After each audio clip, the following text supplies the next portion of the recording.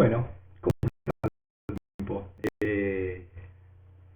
Bueno, espero que se encuentren y estén siguiendo todas las recomendaciones, ¿sí? Así nos podemos volver a ver pronto. Eh, bueno, ustedes quieren, yo sí por lo menos. Así que, bueno. Y bueno, disfrutando también. Tampoco bueno aprovechar este tiempo para descansar. Eh, bien, bueno. La idea sería, como dije, bueno, aprovechar este tiempo rápido, ¿sí? Eh, para hacer como una intro al esquema que les mandé. Estaría bueno que entonces lo tengan en la compu o lo hayan transcrito o como quieran. Pero bueno, yo voy a ir mirando el esquema que les mandé y lo voy a ir explicando. Entonces ustedes lo siguen de ahí. ¿Sí? No sé, no hace falta que me vean. Entonces pueden minimizar y ir tomando apuntes, ¿sí? Sobre el esquema o en alguna otra hoja, pero voy a ir siguiendo el esquema, ¿sí? Les aconsejo leer el esquema primero, por más que no entienda nada, si tiene una idea, y empiezo a explicar. Nosotros entonces hemos trabajado sobre el concepto, un breve repaso del régimen oligárquico, de las presidencias radicales, hemos dicho algo bastante menor, pero bueno, lo que yo dije ya sirve para estar en tema, ¿sí? Eh, y así es que Irigoyen entonces, dijimos, ¿se acuerdan que al final de la década del 20 comienza como a reorganizar sus apoyos sociales en función de un partido más populista, ¿sí? Una fuerza política más de orientación populista, eh, anclado en clases medias y sectores populares. Por el otro lado, dijimos que ahí el partido se empieza a fragmentar porque hay otra línea antipersonalista, más vinculada a las clases medias, pero también a parte de la élite, ¿sí? Eh, que ve con muy malos ojos la cuestión del personalismo, sobre todo esta idea de que el partido político gira alrededor de la figura de Irigoyen, lo ven como algo muy negativo, ¿sí? Entonces la oposición entre ambos hace que el partido se vaya como fragmentando en dos líneas.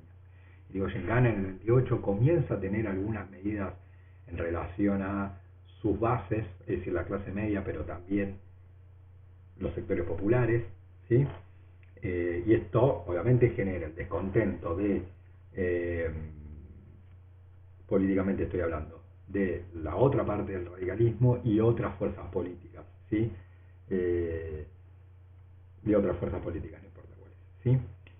Irigoyen como que va quedándose aislado políticamente, ¿sí? En cuanto al apoyo de fuerzas. Económicamente la cosa, digamos, en la década del 20 fue relativamente favorable para la Argentina. Una cosa que no dije la otra vez, y me parece sí corresponde decir, es que el 16, decimos, se da la elección con la ley Peña, que ahí gana, se acuerdan que era Irigoyen, gana Irigoyen, después gobierna Alvear, que es otro presidente radical, y Alvear después va a ser como el representante de esa otra línea del radicalismo anti-irigoyenista, y después vuelve a presentarse Irigoyen y gana. Entonces fue con la ley de Peña, Irigoyen, Alvear, Irigoyen. Por eso hablamos de presidencias radicales, ¿sí? El radicalismo, incluso el segundo irigoyenismo, en este cambio político, digamos, de sectores populares, esto era lo importante que quería decir, no tenía una propuesta económica diferente a la de los conservadores. Si bien políticamente introdujo algunos cambios, digamos, de cierta relevancia, ¿sí? Por ejemplo, incorporar, digamos, no importa, ¿sí? Tuvo algunas políticas, ¿sí? A grandes rasgos mantuvo el modelo agroexportador.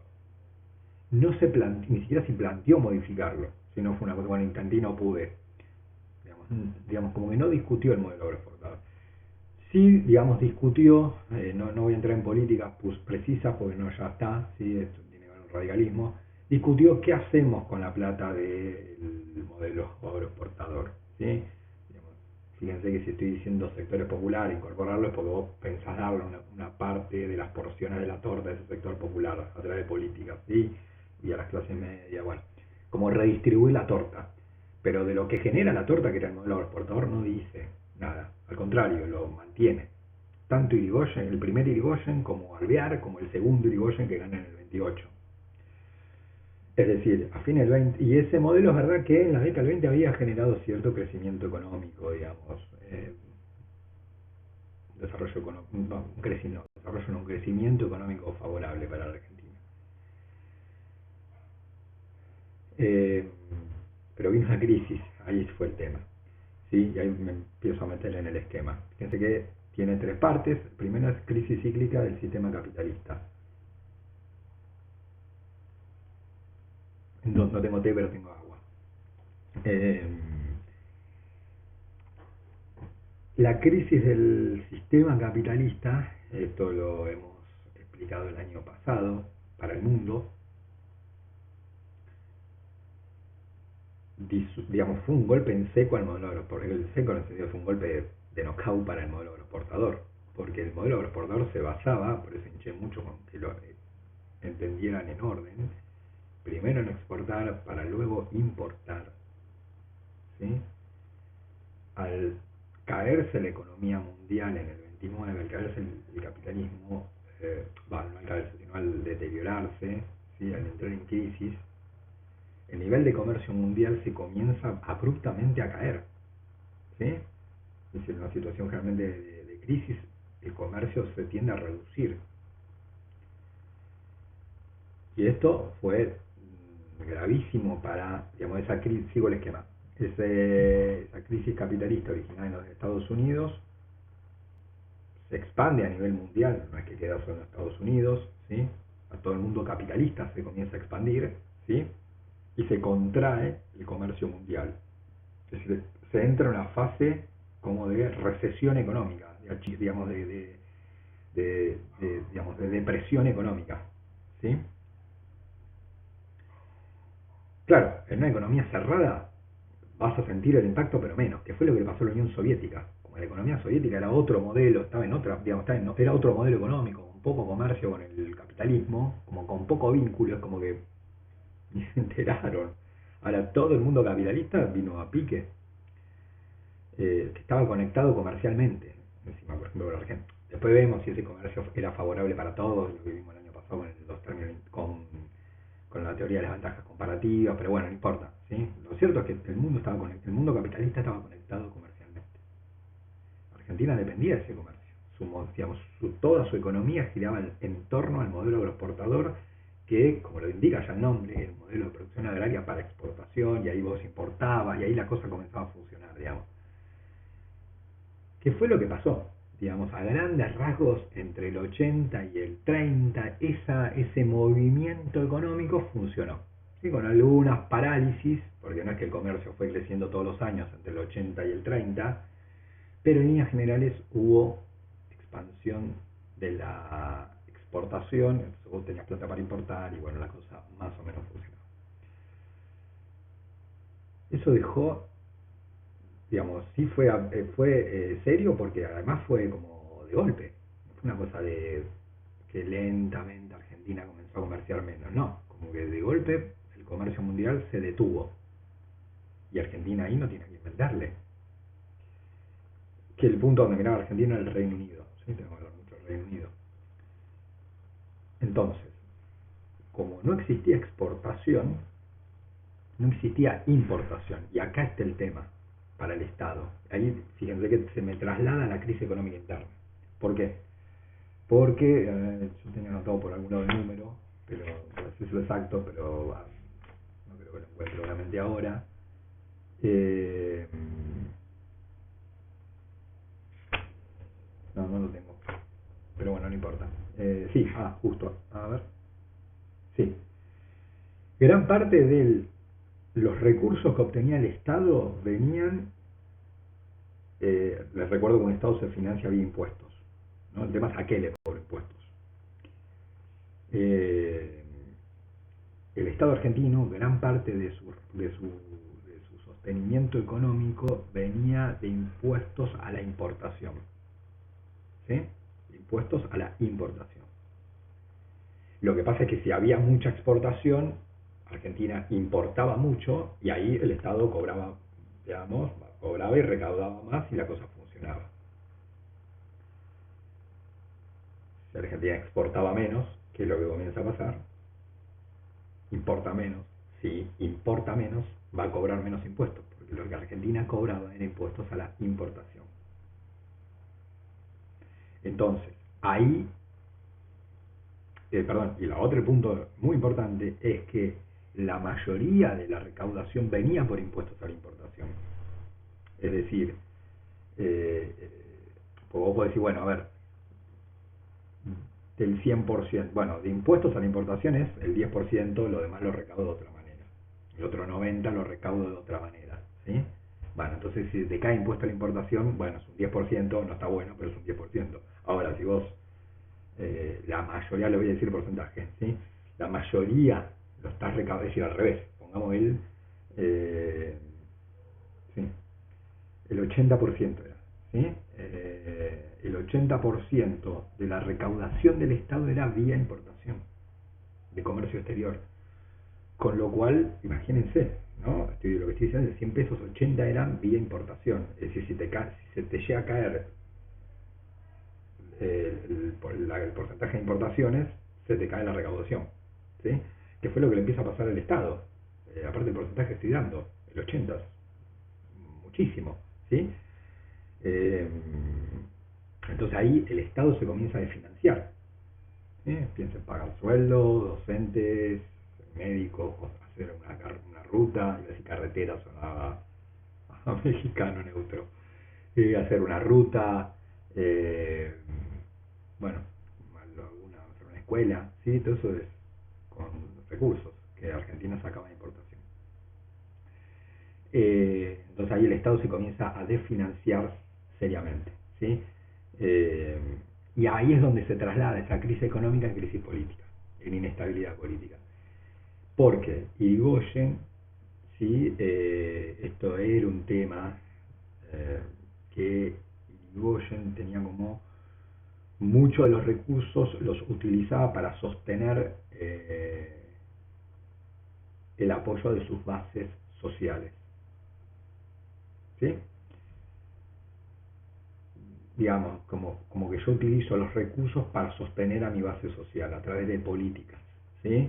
No es que te voy a dar la plata en sí, que puede ser que sí, que te esté dando algún, no sé, algún beneficio de transferencia directa, si te estoy dando el dinero o no, pero estoy gastando recursos en un bien o servicio que yo sé que consume ese sector que me apoya, ¿sí? Eh, por ejemplo, doy empleo público, ¿sí? Doy empleo público. Es decir, no sé, necesito contratar a 10 administrativos, ¿sí? Yo sé que un laburo administrativo me lo va a pedir un clase media, ¿sí?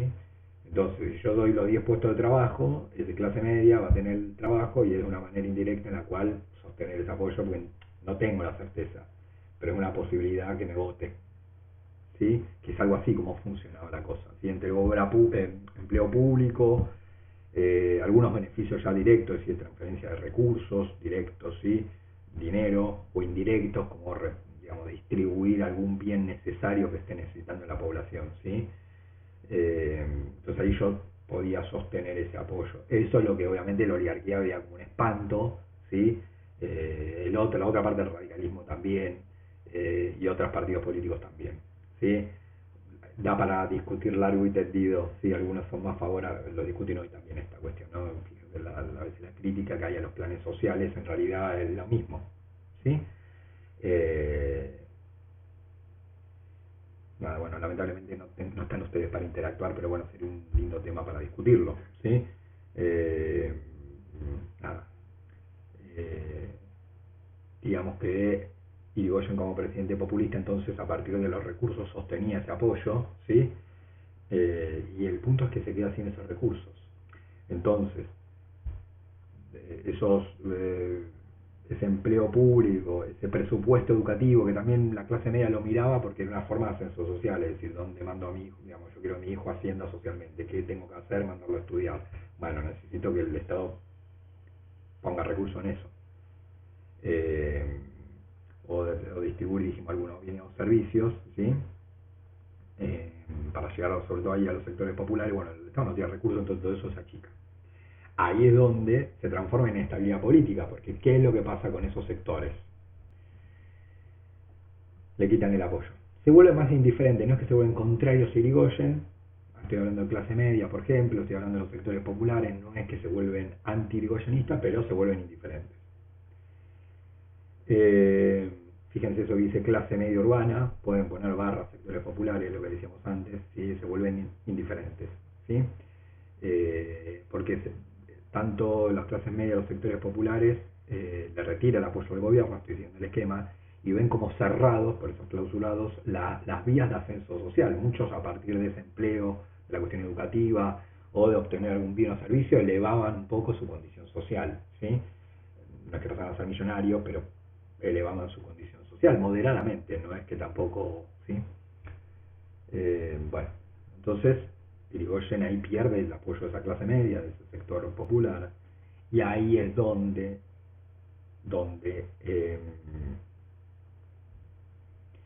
comienzan a intervenir los sectores dominantes, ¿sí? Cuando estoy hablando del sector dominante estoy hablando de esa burguesía terrateniente. La burguesía terrateniente también ve la cosa económica como muy perjudicial, obviamente era uno de los actores más perjudicados. No es porque se quedara sin comer, porque eso obviamente no pasaba, sí, o porque no tuviera casa, eso no pasaba. Digamos, no, podía aguantar un tiempo directamente sin exportar tranquilamente, que no iba a pasar nada, pero obviamente quería mantener el nivel de exportación, y ahí ese sector, digamos, donde de alguna manera ser responsable exclusivamente de Irigoyen de lo que estaba pasando. Acá era otra cuestión para discutir largo y entendido, digamos, si era algo que estaba pasando en el mundo, si Irigoyen podría haber hecho otra cosa, si la verdad es imposible sostener un modelo exportador en ese contexto. Bueno, la cuestión es que los sectores dominantes hacen responsable a Irigoyen de la situación económica que estaba pasando, ¿sí? Y el otro agregado, acá es importante, es que se vuelca de una manera mayoritaria a una posición antidemocrática. Y busca, después aclaro cuáles son antidemocráticos, ¿sí? Sería antidemocrático visto desde el hoy, ¿sí? Esa oligarquía terrateniente busca una alianza con una corporación, lo vamos a denominar como una corporación que va a ser el ejército como parte de las Fuerzas Armadas. Las Fuerzas Armadas hasta ese momento habían tenido un rol para lo cual nacieron y se desarrollaron, que era proteger al país de un ataque externo. El del 30 es muy importante, eso sí le voy a pedir que se aprenda la fecha. El 30 es muy importante porque esa corporación comienza a actuar como actor político a nivel interno, ¿sí? Las Fuerzas Armadas, ¿sí?, de alguna manera escapan a su rol, para lo cual están, y comienza a partir del 30, por eso el 30 es importante, pues a partir del 30 que comienzan como a intervenir políticamente a nivel interno.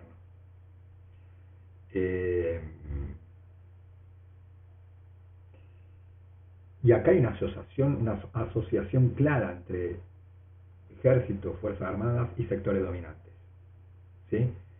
Donde los sectores dominantes son los que van a buscar digamos, como que se traza como un fuerte vínculo, una fuerte asociación entre una fuerte vinculación entre esas fuerzas armadas, el ejército, ¿sí?, y la fuerza armada, una de las fuerzas, por eso fuerzas en plural, ¿sí?, fuerzas armadas, porque son mínimo 2 o 3, ¿sí? Una parte es el ejército, la marina y la aeronáutica, ¿sí? Bueno, sobre todo la que tiene un rol preponderante, la aeronáutica todavía no existía, ¿sí? Estaba la marina, sí, estaba el ejército. Entonces, el ejército ahí tiene como un rol importante y hay como una fuerte asociación entre las Fuerzas Armadas y los sectores dominantes, ¿sí? Como que una vinculación, una alianza fuerte. Esos sectores dominantes, esos sectores terratenientes, obviamente se vinculan a las Fuerzas Armadas, y esa Fuerza Armada es la que va a hacer el golpe. El golpe, me refiero a un desplazamiento de Irigoyen del poder político del gobierno, ¿sí? Es un golpe de Estado, ¿sí? Se inaugura lo que es un gobierno de facto. Un gobierno de facto es un gobierno que es un gobierno de hecho, ¿sí? Un gobierno que ejerce el poder político por el hecho de la fuerza, va y lo toma, que sería lo contrario a un gobierno de iure, que sería un gobierno de derecho, ¿sí? Un gobierno que ejerce el poder porque el derecho me asiste, porque yo me presenté a elección y gané. Entonces, ¿yo por qué gobierno? Y bueno, yo tomo decisiones porque la mayoría me votó. Es un gobierno de derecho, de iure, ¿sí? En latín está. Después búsquenlo ahí. Si no, lo contrario es un gobierno de facto. ¿Sí? Que es un gobierno de facto? Es un gobierno de hecho. Alguien que está gobernando porque tomó el poder, digamos, no porque lo asista el derecho, la ley, ¿sí? No porque lo asista la ley, sino porque lo asiste la fuerza. Onda, corro la ley, no me interesa, yo tomo el poder. Eso hacen las Fuerzas Armadas en fuerte vinculación con los sectores dominantes. Obviamente es el fin de la democracia liberal en Argentina, ¿sí? Eh, digamos, es discutible qué es lo que pasa lo que vimos el año pasado, entre el 80 y 1912, Argentina es democracia, no es democracia, este tema de truchar las elecciones, fraude, qué onda. No, da para discutir largo y tendido, supongamos que eso hay mucho debate de lo que es Argentina, ¿sí? Nosotros hemos estudiado con el nombre de régimen oligárquico, para muchos autores una democracia limitada, digamos, pero es democracia porque también es verdad que había elecciones. Pero bueno, supongamos que eso es democrático. Bueno, a partir de 1880 yo tengo democracia, ¿sí? Después vino Irigoyen, siguió la democracia, ¿sí? Y el 30 es un corte. Se corta el sistema democrático y lo reemplaza un Estado, un gobierno autoritario, ¿sí? Un gobierno autoritario. Eh, Fíjense que estamos en un contexto del mundo. Recuerdo el año pasado que el fascismo en Italia sube en la década del 20, en España había existido experiencias autoritarias en la década del 20, en el 33 va a llegar Hitler, ¿sí? Muchos países esa democracia va perdiendo consenso y Argentina es un caso, ¿sí? Donde también cayó esa democracia liberal y se introduce un Estado autoritario, ¿sí? Está claro para muchos autores, ahí voy cerrando el esquema, al decir que para muchos autores los sectores terratenientes, a diferencia de otros países que sí esperaron la cuestión democrática, sí esperaron que el tipo terminara y presentara un partido político y ganar la elección de manera democrática, bueno, eso acá no se hizo así, sino que ahí los sectores dominantes actuaron de la siguiente manera. Hablo en periodo histórico, ¿sí? Estoy hablando desde 1880 a 1930. Mientras el modelo agroexportador funcionó, que es lo que yo dije antes, que crecía el modelo, después podemos discutir por qué Argentina no se industrializó más, menos, bueno, eso es otra discusión, pero pongamos el modelo agroexportador. Argentina creció económicamente. Mientras esa torta fue como en crecimiento, esos sectores oligárquicos, no, digamos, no con mucha felicidad, pero aceptaron compartir porciones de torta, ¿sí? Con sobre todo las clases medias, que ahí es el triunfo del primer radicalismo en 1916, es el primer radicalismo de Irigoyen, ¿sí? Y el radicalismo como una fuerza política representa a las clases medias y dice, bueno, la verdad, distribuir recursos del Estado con empleo público y algo de educación para que clase media ascienda, bueno, me la banco, ¿sí? Mientras crezca la torta, esto no hay problema, no lo hago con alegría, pero bueno, la mayoría de las porciones de torta son para mí y algunas las compartiré con aquel. Claro, ¿cuál fue el problema del 29-30? Que la torta se achicó. Y ahí es donde el sector terrateniente de alguna manera se achicó y no tiene intenciones de esperar a los tiempos democráticos para ver qué hacemos. Sino que se achicó y dice, bueno, a ver, como la torta se achicó, es el momento de llegar al Estado y decir, bueno, vamos a ver cómo hacemos para quedarnos con las porciones de torta. No solo, digamos, al achicarse la torta, no me parece seguir distribuyendo con los otros actores sociales, ¿sí? Distribuyendo no, ¿sí? Yo quiero volver a acaparar las porciones de torta porque ya no tengo tanto como antes, ¿sí? No es que tengo una torta más grande, tengo una torta más chica, entonces no estoy dispuesto a distribuir mis porciones de torta con otras clases sociales, sino que quiero acaparar la mayor cantidad de porciones en una torta más chica, porque el modelo, digamos, el comercio internacional se había cerrado. Ahora, ¿desde dónde determino cuántas porciones me quedo? Desde el gobierno, porque desde ahí es donde yo con políticas públicas voy diciendo qué hacemos con la torta, ¿sí? Y había que llegar al gobierno, y la forma de llegar al gobierno ahí ve un atajo en el sentido de vincularse a las Fuerzas Armadas, tomar el gobierno, ¿sí? Bien. Bueno, esto sería el esquema introductorio, así que ya después nos meteríamos en lo que es la cuestión política, ¿sí? Que eso yo ya lo trabajé con sociales, así que les voy a subir el mismo video como un eje político de continuación, ¿sí? Eh, del periodo 1930 a 1943, ¿sí? Vamos a trabajar eso, 30-43, ¿sí? Vamos a ver un eje económico, un eje político, un eje social y un eje cultural, ¿sí? Eh, Vamos a arrancar por el eje político, que es el más simple, ¿sí? Para el otro voy a ver si puedo armar alguna presentación Power o algo para que seguirlo de esa manera, porque lo económico y social explicado así va a ser un poquito complicado, ¿sí? Bueno, espero que se encuentren bien. Les mando un abrazo grande.